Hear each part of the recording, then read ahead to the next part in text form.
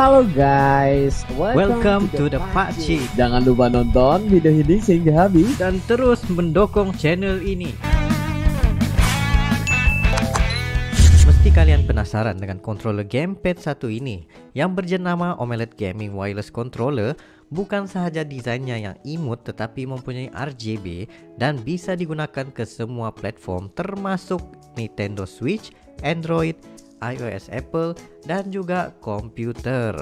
Nah, ketahanan bateri yang sampai saya sendiri lupa berapa lama udah nggak cas baterinya karena terlalu lama sehingga 10 hingga 15 jam ketahanan. Nah, dapatkannya di Lazada atau Shopee berharga sekitar 500.000.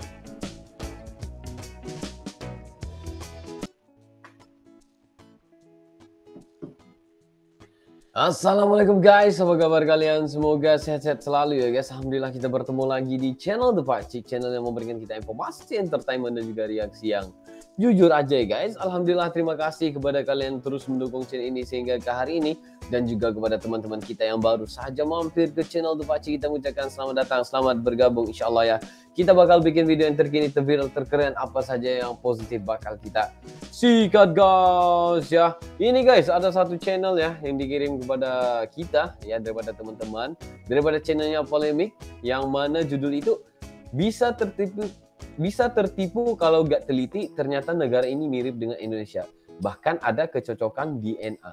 Wah, maksudnya ini bukan di Indonesia tapi mirip banget dengan Indonesia. Kita tahu sebelum ini ada juga seperti di Australia ya, apa namanya ya, aku lupa guys, ada di sana guys. Tapi kita bakal lihat nih ya gimana ya,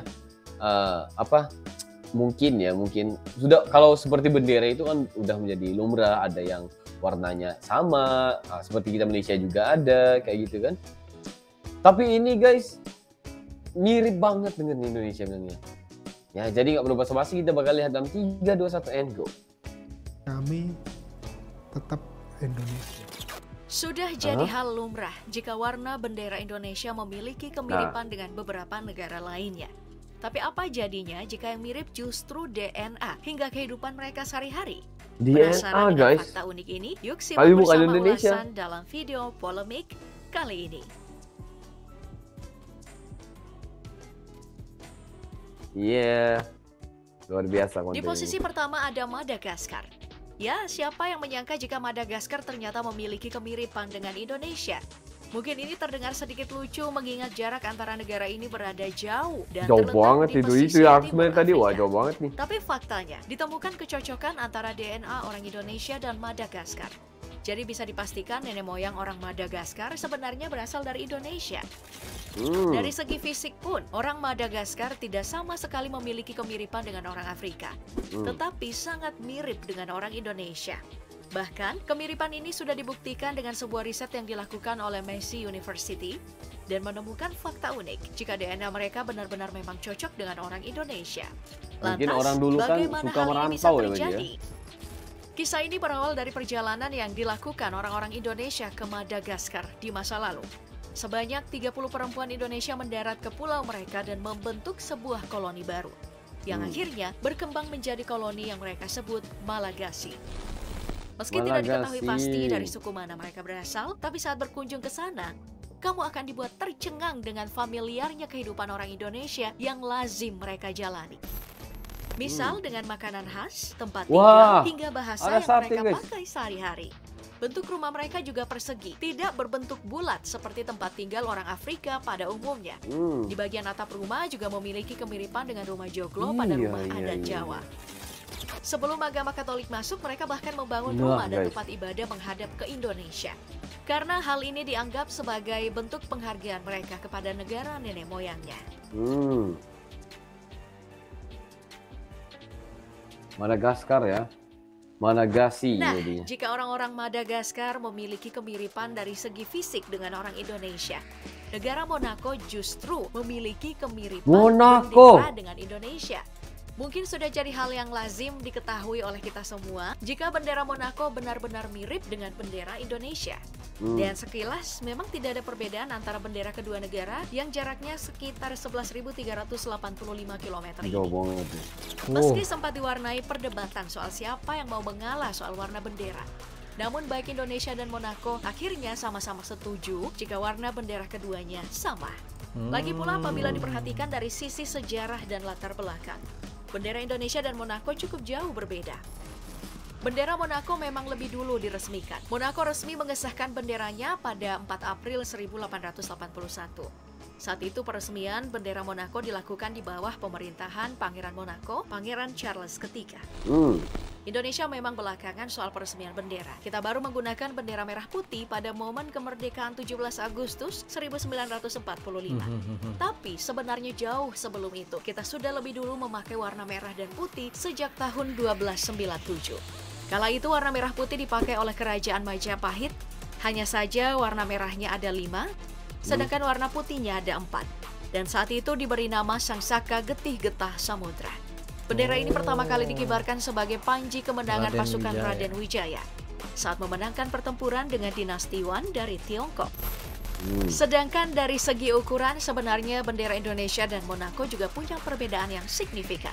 Bendera Indonesia memiliki 2:3 rasio lebar dan panjang, sedangkan bendera Monaco 4:5 rasio lebar dan panjangnya. Jadi dari segi ukuran, bendera Monaco jauh lebih besar dibandingkan bendera Indonesia.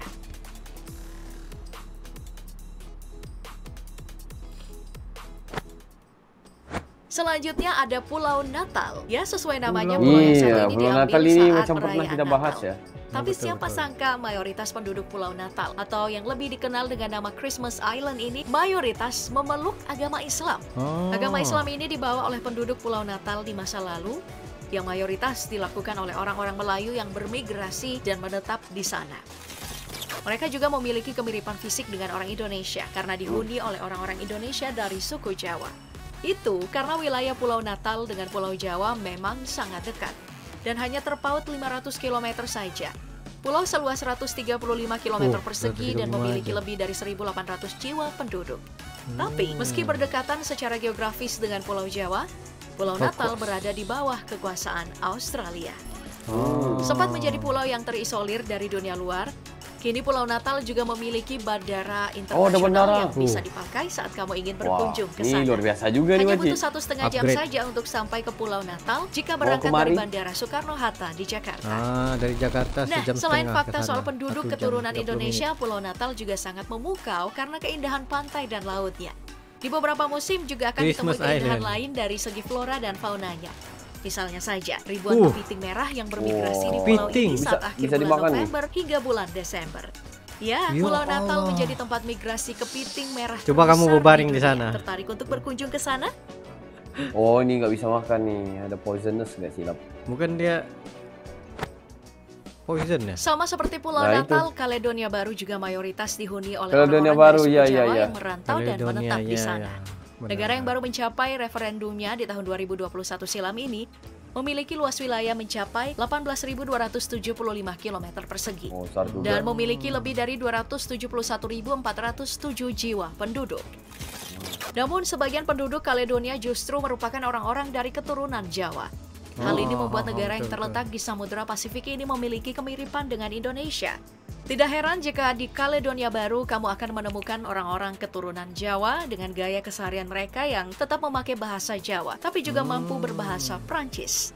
Awal kedatangan orang Jawa ke Kaledonia ini karena dulunya mereka menjadi kuli kontrak dan mencari kehidupan yang lebih baik di negeri Kaledonia.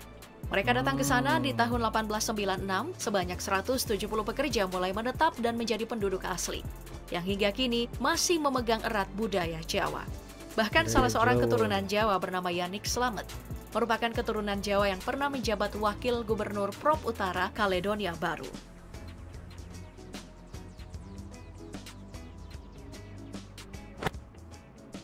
Di sebelah Pulau Natal ada Pulau Cocos atau yang familiar disebut Cocos Killing Island. Pulau ini dibagi menjadi dua, yakni West Island dan Home Island. Home Island dihuni oleh orang-orang dari suku Melayu, Kalimantan, dan Jawa. Sedangkan West Island dihuni oleh orang-orang barat dan berbahasa Inggris. Jadi tak heran jika berkunjung ke Pulau Kokos akan ditemui kehidupan orang-orang yang sangat mirip dengan orang Indonesia dari suku Jawa dan Melayu Kalimantan. Awal mula kedatangan orang-orang Jawa ini terjadi di tahun 1827, di mana Kapten John Clunies Ross yang tak lain adalah Raja Kepulauan Kokos, membawa pekerja dari Pulau Jawa dan Melayu Kalimantan untuk bekerja sebagai pemanen biji kakao di sana. Pada akhirnya, mereka memilih menetap dan menjadi penduduk mayoritas yang memeluk agama Islam, hingga memenuhi 75% dari total penduduk Pulau Kokos. Iya, orang panggil. Kok keturunan apa? Begitu juga dengan Ya, Kokos. dengan ini, Suriname. Suriname. Hampir 15% dari total penduduk Suriname adalah orang-orang Jawa. Sekitar 618.000 penduduk keturunan Jawa sampai saat ini menghuni Suriname. Kedatangan orang-orang Jawa ini dimulai pada tahun 1890 hingga 1939, jadi banyak, di mana sekitar 33.000 orang Jawa melakukan migrasi ke Suriname. Kedatangan mereka menjadi salah satu pemicu pertambahan penduduk keturunan Jawa yang menghuni Suriname. Bahkan yang lebih membanggakan lagi, ada seorang keturunan Jawa yang menjabat di pemerintahan Suriname. Namanya adalah Raymond Sapun, yang tak lain merupakan keturunan asli Banyumas, dan sempat mencalonkan diri sebagai Presiden Suriname pada tahun 2015 silam.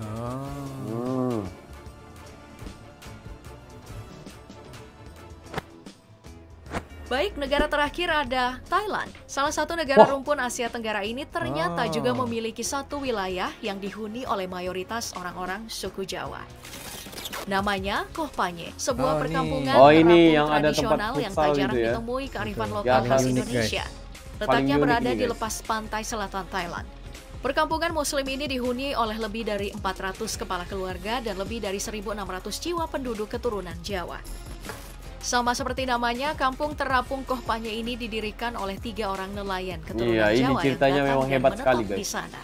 Kini lebih dari 200 tahun sudah, Koh Panye menjadi perkampungan Jawa yang terletak di negara tetangga Thailand. Betul.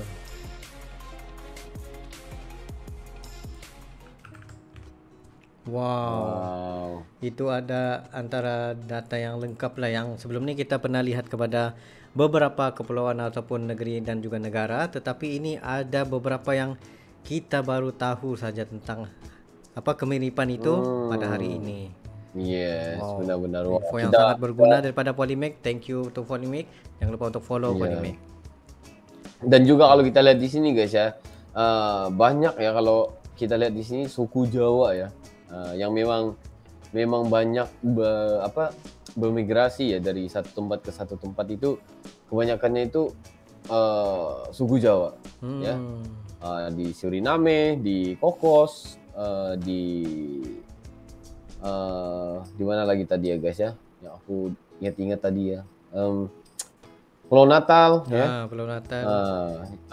ada juga yang kalau kita lihat sendiri tadi, nama Madagaskar itu sebenarnya Afrika juga. Madagasi ya, yang mana sebenarnya nenek moyang itu berasal dari Indonesia, dan juga mereka menyimpan kiblat mereka ya ke Indonesia guys ya. Itu maksudnya di sini orang-orang Indonesia zaman dahulu itu bukan saja statik di dalam satu tempat, tetapi mereka semua merantau ya, merantau seluruh dunia.